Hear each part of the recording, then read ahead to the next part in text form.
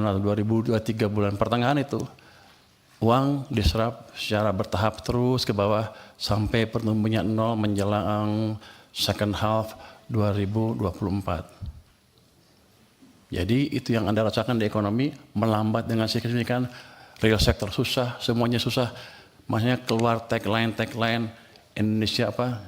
Gelap, Indonesia apa? Kita semua menunjuk ke ini gara-gara global.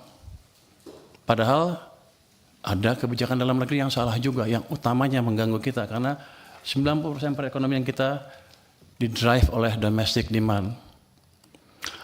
Masuki 2025, Januari, Februari, Maret, April, membaik semuanya tiba-tiba, saya pikir udah insaf nih. Pertumbuhan uang sempat mencapai 7% di bulan April. Makanya ketika saya rasakan di bulan April, saya bilang, kita sudah keluar dari krisis, Indonesia akan cerah. Yang saya nggak tahu, Mei jatuh lagi, Juni jatuh, Juli jatuh, Agustus jatuh ke 0%. Jadi periode perlambatan ekonomi yang 2024 gara-gara uang ketat tadi, dipulihkan sedikit, belum pulih penuh, direm lagi ekonominya. Itu dari sisi fiskal dan moneter. BI kita, nggak tahu nih pada marah-marah saya nggak habis ini. Nanti tetap traktir ya. Pemerintah karena terlambat membelanjakan anggaran, membelanjakan APBN ya, uangnya kan dari bank sentral. Beliau rajin narik pajak. Nggak apa-apa, masuk ke bank sentral. Kalau dibelanjain lagi, nggak apa-apa. Tapi ini kan nggak. Ditaruh sana santai-santai. Kering sistemnya. Bank sentral kita juga sama, katanya saya nanti kan penguasa ya. Katanya punya apa di KSSK boleh menggait sedikit kan ya. Jadi saya berani ngomong sedikit sekarang. Dulu saya nggak berani karena saya di LPS, wewenang saya nggak sampai sana.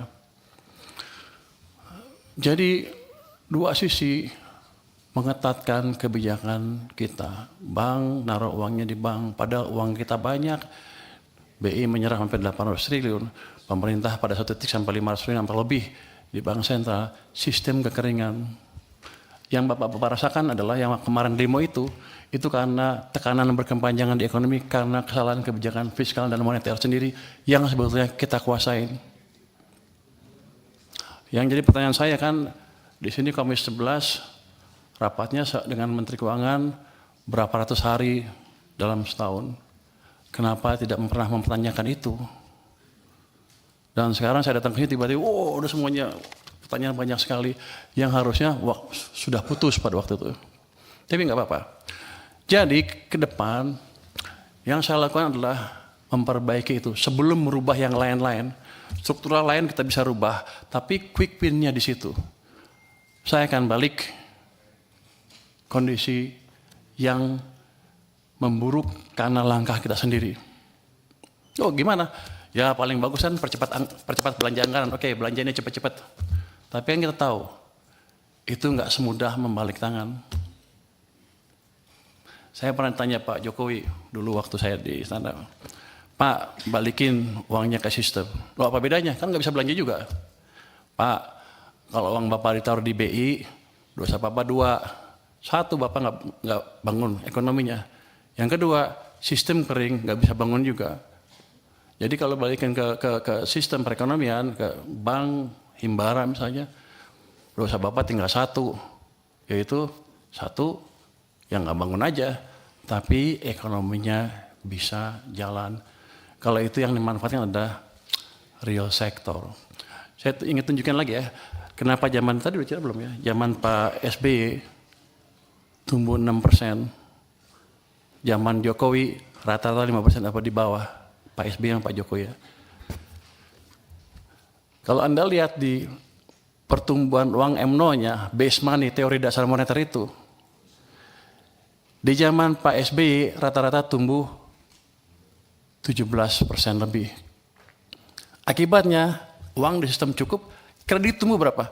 22%. Jadi pada waktu zaman Pak SBY, walaupun dia nggak bangun infrastruktur habis-habisan, private sector yang hidup, yang menjalankan ekonomi. Itu berhubungan juga dengan rasio tax. Ketika tax private sector yang jalan, dia akan lebih banyak bayar pajak dibanding pemerintah. Tax ratio kita tumbuh 0,5% lebih tinggi dibanding ketika zaman Pak Jokowi. Pada zaman Pak Jokowi, uang tumbuh hanya sekitar 7% M0-nya. Bahkan di titik-titik itu sepanjang tahun, 2 tahun terakhir sebelum krisis, itu tumbuhnya 0%. Memang ekonomi sedang dicekek. Cuman saya nggak tahu waktu itu karena saya di maritim. Jadi begitu 2020 saya diminta bantu, saya kaget. Pak, kenapa begini Pak? Bapak bangun apa-apa mati-mati pun nggak bisa. Karena mesin ekonomi kita pincang. Hanya pemerintah yang jalan, sedangkan yang tadi 90% berhenti atau diperlambat.